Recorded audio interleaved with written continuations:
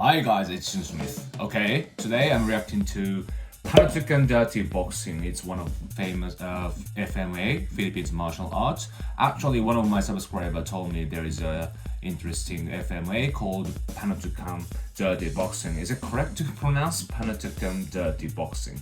It's really hard to read it. I know boxing is really popular in the Philippines. Well, obviously Pacquiao, yeah, he's the most famous one, I guess. Yeah, he's really famous in Japan too, as a famous boxer. Yeah, it's a really famous sport. Boxing is a really famous sport in Japan, but this Panantukan Dirty Boxing, it's a different story, right? I've never seen it before, so what's it like? Let's get into it. If you enjoy the content, give it a thumbs up and consider subscribing if you're new here. So, let's get into it.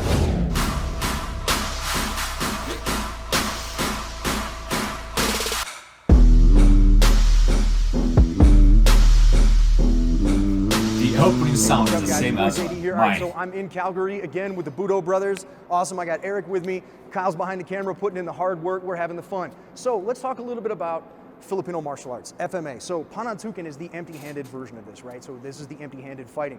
You'll hear it called dirty boxing. It's actually my favorite way to describe it because ultimately, I feel like it needs to have roots in boxing. You got to know those rules before you break those rules, right?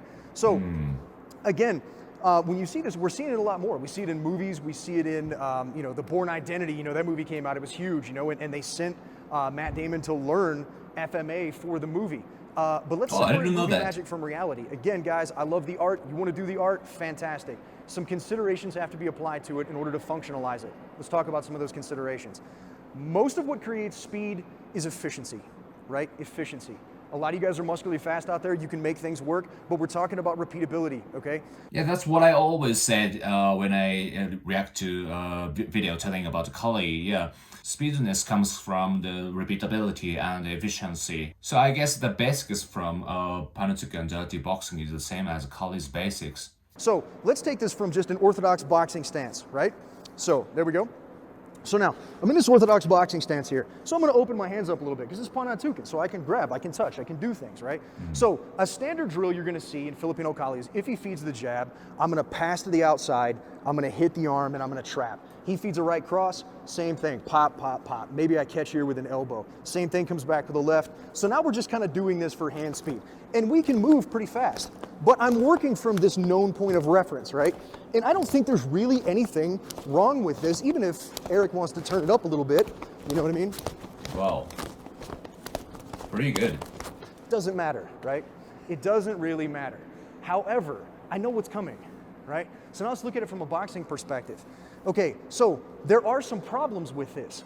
As soon as he throws this punch, look at this. I've traded a weapon for a weapon, right?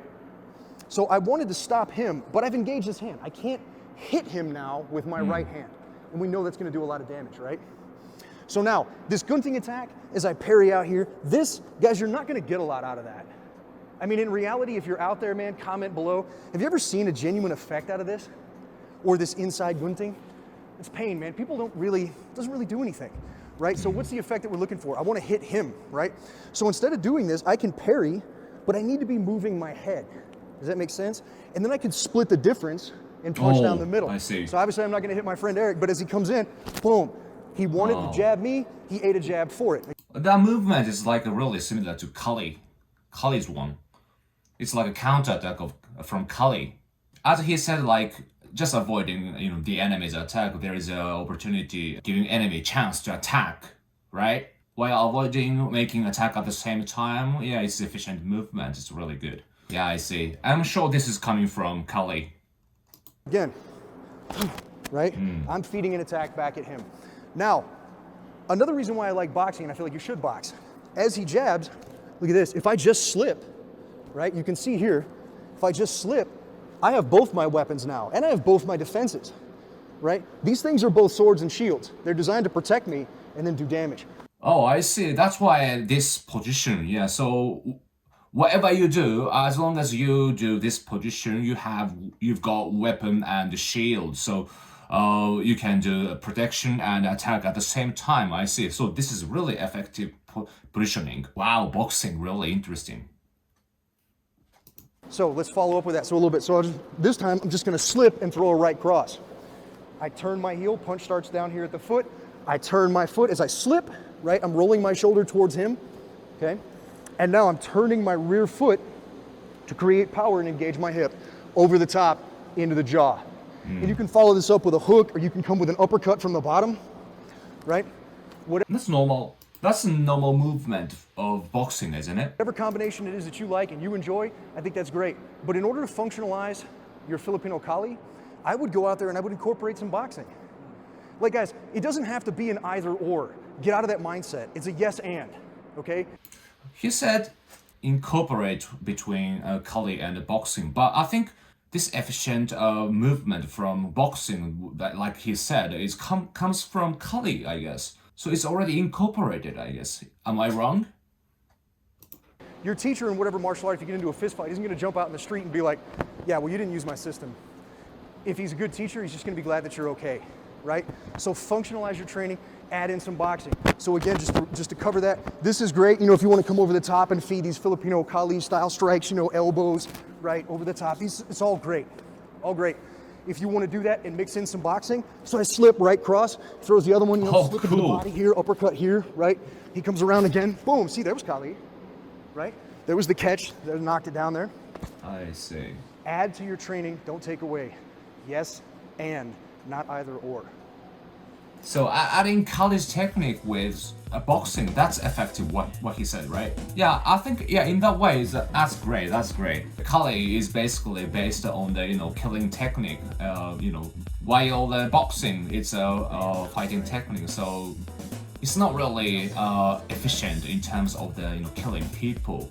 If you add Kali's system with the boxing, yeah, it's obviously it's gonna be efficient or really dirty, so literally it's gonna be dirty boxing. I see. That's great, that's fantastic. So I didn't really tell the difference between normal boxing and Panantukan Dirty Boxing. So my understanding, one big difference is bare hand or grabs, yes. The another difference is you can add any style to the boxing. Is that correct?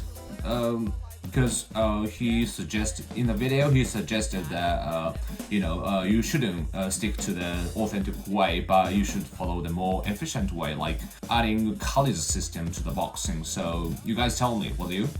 Anyway, the system which, you know, Kali's system is added is really cool. Was really cool. You can move faster, more efficiently. It literally gets more dirty, you know. Well, I think just for street fighting, you know, Panantukan Dirty Boxing is much better, because as for Kali, you could kill people by mistake, right? Okay, that's it for today. Thank you for watching my video. I hope you like it. If you do, make sure to like the button and subscribe, please. So, また会いましょう。